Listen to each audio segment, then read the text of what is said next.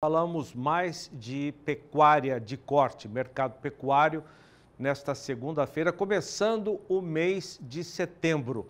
Nós vamos conversar com um dos analistas do indicador de boi Datagro, que é o nosso grande parceiro de conteúdo. Você acompanha a atualização das informações e cotações sempre aqui no programa, o Guilherme Yankee.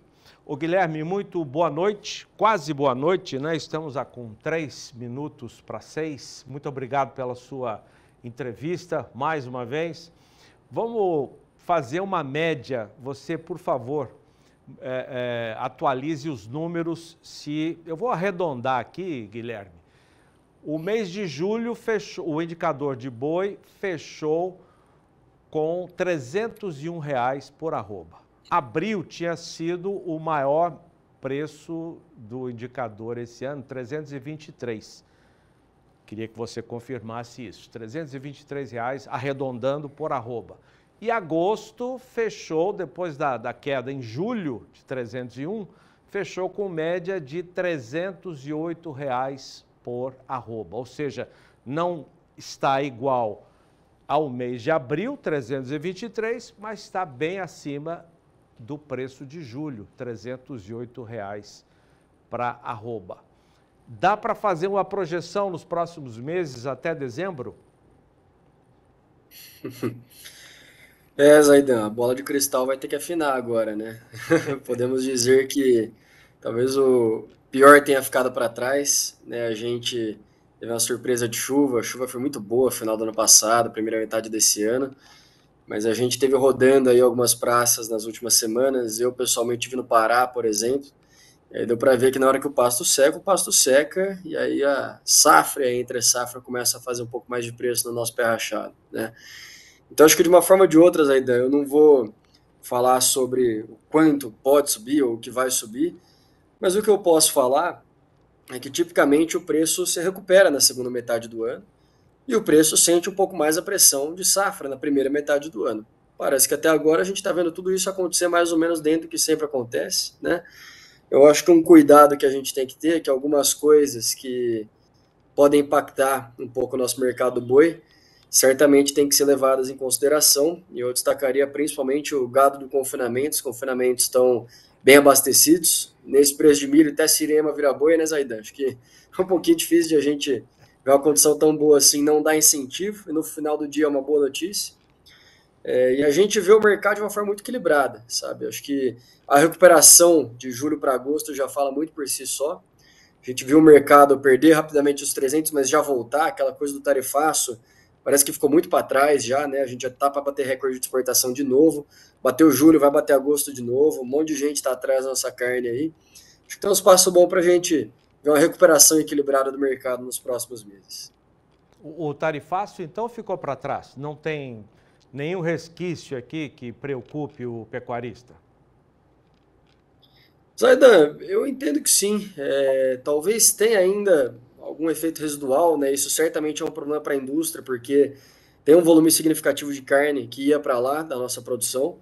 Nossa estimativa inicial era de que 4%, 4,4% de toda a carne que o Brasil produzia, pelo menos na primeira metade do ano, estava sendo destinada aos Estados Unidos.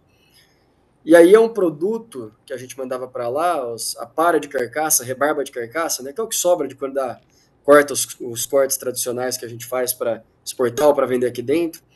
Ele é um produto que não tem muito valor agregado, a gente não vendia ele por um preço muito alto, mas o americano pagava muito bem. Então a perda para essa parte do setor certamente ainda vai ter o seu impacto, ainda vai ser sentida, ainda vai ser algo que a gente vai sentir falta, tá, para a gente colocar dessa forma.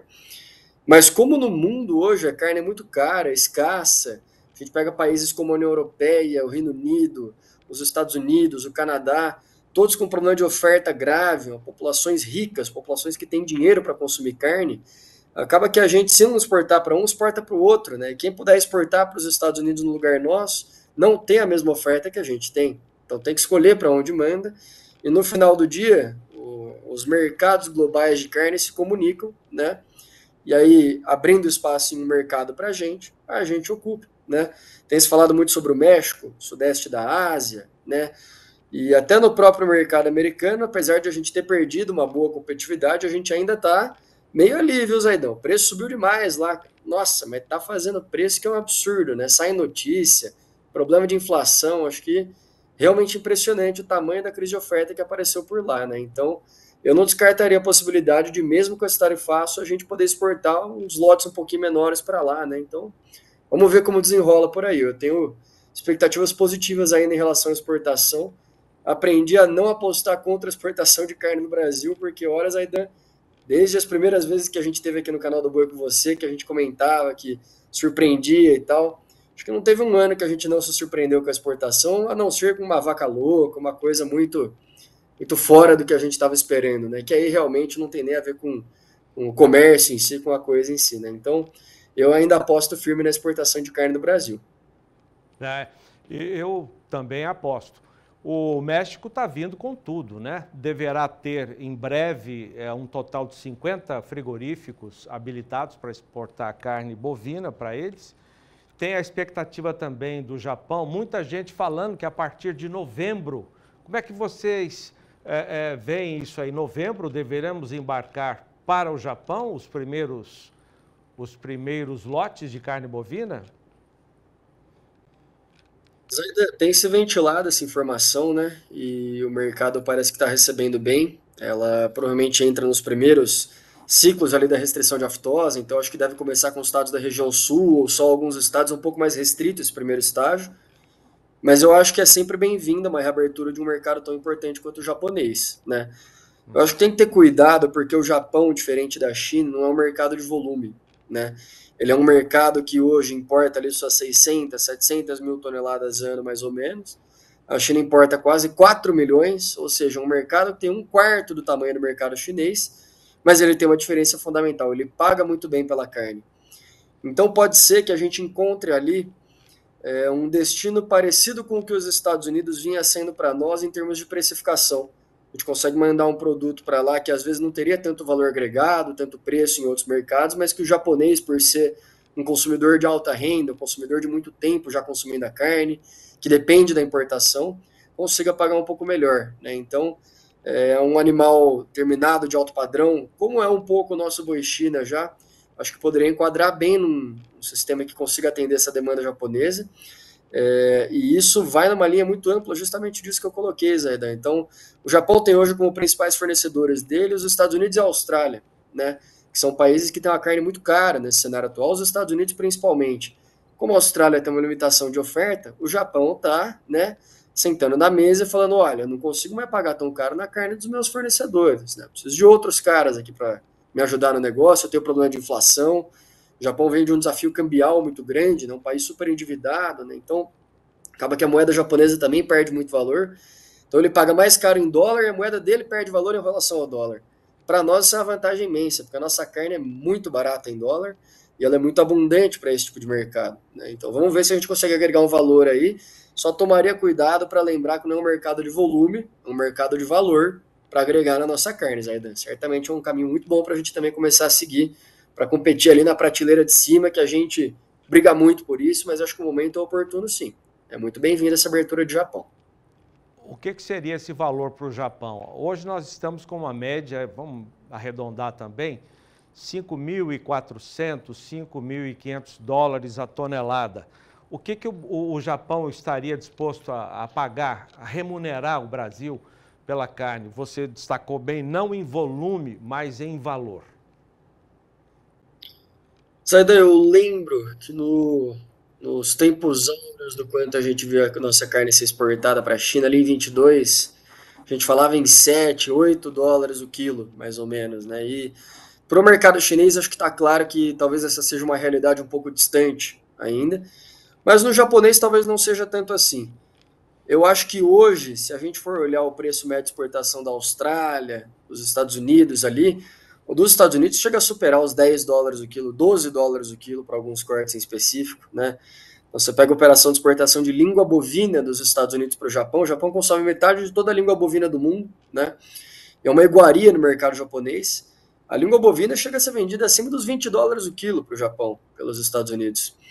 Então, eu não vou falar que o céu é o limite, porque é um pouco exagerar demais, mas acho que dá para falar que a gente pode voltar a ver preços que a gente nunca achou que fosse ver tão cedo nessa operação em específico, tá, Zaidão? O cuidado é esse. O cuidado é o Japão, para impactar bem a nossa exportação, é muito mais uma questão de a gente entender qual que é o potencial de ganho de mercado que a gente pode ter. E ele é um pouco limitado, a gente precisa provar um pouco o valor da nossa carne, e o japonês, diferente do chinês, ele não quer só carne barata em volume. Ele quer qualidade, ele quer reconhecimento, tem toda aquela coisa de um trabalho de décadas que os australianos fazem, por exemplo. Os Estados Unidos têm a United States Meat Sport Federation, né, super pesada, aquela agência de promoção da carne americana. Eu acho que o trabalho que as nossas entidades têm feito é muito bom para isso. A BIEC tem um mérito imenso em tudo isso que a gente tem visto acontecer agora, né? A gente provavelmente não estaria tão perto de abrir esse mercado, mas eu acho que passinho a passinho, voltar a ver uns $7 o quilo, de repente $8 o quilo, para não competir de frente com o australiano ou com o americano primeiro, provar o nosso valor, levar o sabor da carne brasileira para o consumo da população japonesa, para num segundo momento, talvez ali fazer um boi Japão mais alto padrão, né? Quem sabe um Wagyu 300 de Orikoshi não encaixa no mercado japonês ali. Vamos ver se os australianos no deserto dá conta de competir com a gente. Eu não duvido a longo prazo, não. Mas eu acho que começa com calma, uns $7, $8 o quilo para começar ali, dá para a gente considerar como uma possibilidade. Quer dizer, o Japão seria um nicho pequeno em volume, porém um excelente negócio para o exportador brasileiro, né? Yankee, vamos falar de confinamento. O indicador de boi da Tagro tem um questionário imenso, como nós já mostramos aqui. Não é só o preço informado, mas tem também prazo de pagamento, se o boi tem bonificação ou não. E tem uma pergunta sobre a terminação. Como é que o boi que ele vendeu para o frigorífico foi terminado? Ou a pasto, ou no confinamento, ou no intensivo a pasto? Hoje, por esse questionário que vocês fazem, está sendo bom confinar? A margem é boa para quem confina e diante dos preços dos insumos caindo, no caso do milho, por exemplo, a expectativa é de ter uma margem boa este ano? Zaidan, é sim, né? Tanto é que se a gente for pegar qualquer insumo básico dos de nutrição, né? Pode pegar farelo de soja, pode pegar milho, pode pegar qualquer um aí. Você vai ver os melhores preços em anos, assim. Mais do que os melhores preços em anos, mas as melhores relações de troca em anos. Então hoje, consistentemente, se adquire uma faixa aí de 5 sacas por arroba, 5 sacas de milho por arroba bovina, em larga escala no Brasil inteiro. Safrinha de milho agora de inverno veio um espetáculo, realmente surpreendeu muito positivamente, né? Chegou a ter uns problemas ali no início do ano, não tinha muito milho no mercado, uma especulação lascada em cima do preço. Chegou a preocupar bastante o nosso setor pecuário, mas num segundo momento o milho cedeu, né? E a arroba, apesar de ter cedido um pouco, cedeu muito pouco perto do que o milho cedeu. E aí, obviamente, né, se a gente for olhar estados como Mato Grosso, Minas Gerais, Goiás, né, praças que tem um volume um pouco maior de milho de inverno, né, que vai acabar chegando um pouco mais perto ali. O caso de Minas, um pouco menos, que é mais verão, mas ainda assim escoa bem ali pelo corredor logístico. Você vai encontrar com tranquilidade uma relação de troca acima das 5, 6 sacas por arroba, Zaidan. E assim, se a gente estender um pouco mais, a gente tem usina de etanol de milho que quase todo dia anuncia uma nova. DDG pra caramba entrando no mercado. Tem seus problemas de padronização, um mercado em amadurecimento, mas também agrega muito no proteinado do animal, né? DDG é uma alternativa super boa, porque tira um pouco da energia, você consegue abater um pouco da energia ali, é riquíssimo em proteína, já tem produtos de alto padrão no DDG do mercado hoje. E se a gente coloca na conta ainda um último mercado, que para quem é dessa indústria tem sido um problema, mas para o pecuarista tem sido muito bem-vindo, que é o farelo de soja. Há muito tempo a gente não falava em farelo de soja no Brasil, né? A gente teve alguns anos de boom da soja por causa de China, o farelo era muito caro, a gente processava pouco da soja aqui dentro, sobrava pouco farelo aqui. Mas como a gente tem mandato de biodiesel, né, a gente está esmagando cada vez mais soja aqui dentro, está entrando em vigor de novo essa legislação do combustível do futuro, um trabalho de muitos anos que a Datagro, inclusive, acompanha de perto. Como a gente está esmagando soja para todo lado, aqui na Argentina, na China, nos Estados Unidos, o farelo de soja tá barato, viu, Zaidan?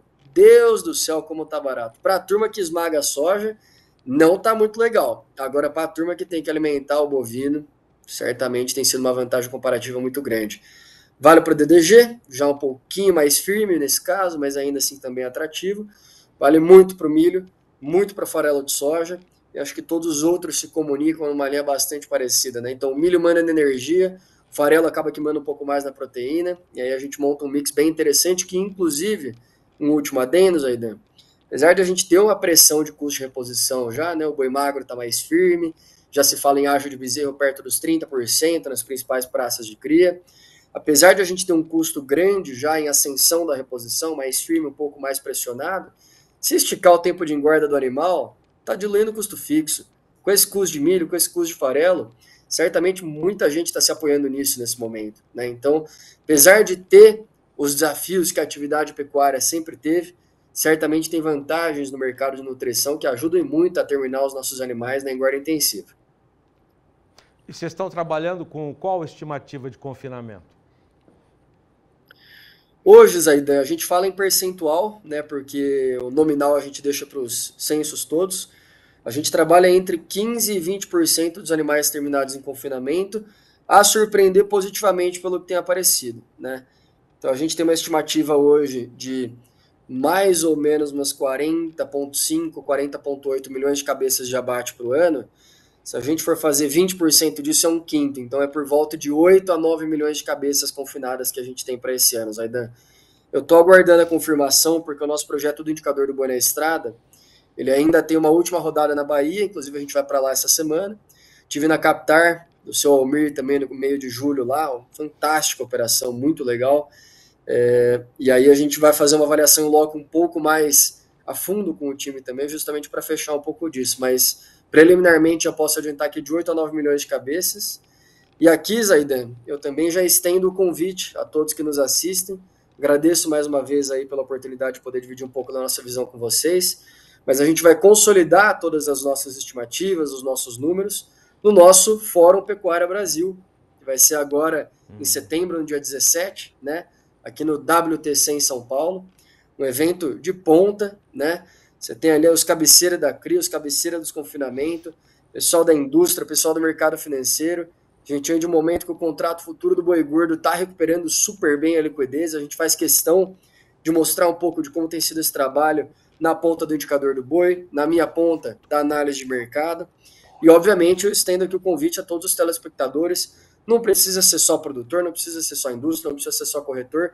Zaidan, qualquer um que gosta do boi, fica à vontade para ir no evento, que vai ser super bem-vindo e vai ser muito legal. A programação está imperdível para esse ano. A gente conta com todos vocês por lá também. Aliás, eu tive a satisfação de acompanhar poucos, mas muito importantes eventos da Tagro, e a gente fica muito surpreso com o nível, a qualidade da informação que a gente recebe em eventos como esse. Então, é bastante recomendável participar desse evento. É 17, né? 17 de setembro. 17, né? Em São Paulo. Eu vou pedir, o Yankee, para colocar na tela o Mercado Futuro do Boi Gordo de hoje, abrindo a semana, e eu queria o seu comentário também. Hoje o mercado está pessimista, hein, Yankee? Olha aí. Contrato para setembro em queda, para outubro, e para janeiro tem uma projeção da arroba em 334, né? Vamos lembrar que a média de agosto foi R$ 308 por arroba. Julho 301, bem baixo, né? Agosto R$ 308 por arroba. Abril 321 reais arroba. E agora o mercado sinalizando isso. Então a primeira pergunta é: como é que você faz essa leitura diante de tudo que você já disse aqui? As exportações vão bombar de novo, tem tudo para bater novo recorde. O mercado interno não está enfraquecido, tá, pelo menos na pior das hipóteses, se mantendo, né, o consumo de carne bovina. E o mercado com esse pessimismo, como é que você explica isso? Essa é a primeira pergunta. A segunda pergunta é: por que os contratos futuros de boi gordo aumentaram tanto em 2025 na B3? Perfeito, Zaidan. Eu vou dividir por partes a resposta. Eu acho que o primeiro e mais importante dos fundamentos é que o mercado futuro ele acaba se apoiando em muita informação que ele tem disponível publicamente. Então, a primeira delas, e a mais relevante, e não adianta, ela é o termômetro de oferta de gado terminado de curto prazo, é a escala. E a escala vinha de algumas semanas um pouco mais encurtada, tinha uma certa cautela por conta do tarifaço, o pessoal veio ali na recuperação sazonal de volta às aulas, exportação surpreendeu bem, deu um impulso, se eu não me engano, outubro chegou a encostar nos 340, mas aí, obviamente, quando o preço sobe, dá incentivo para entregar o animal terminado. No que entrega o animal terminado, estica um pouco a escala, no que estica um pouco a escala, o mercado já percebe que a indústria talvez não precise desembolsar uma quantia tão maior para adquirir esse mesmo animal. Mas assim, equilibrado, né, Zaidan? Se eu não me engano, no auge do tarifaço, a gente chegou a ver esse contrato de outubro aí encostar nos 310 ali. Então hoje a gente tem um quadro no qual o mercado exagerou na baixa, no futuro, exagerou um pouco na alta também, porque viu que a coisa estava muito boa, a exportação, e agora está encontrando ali seu ponto de equilíbrio.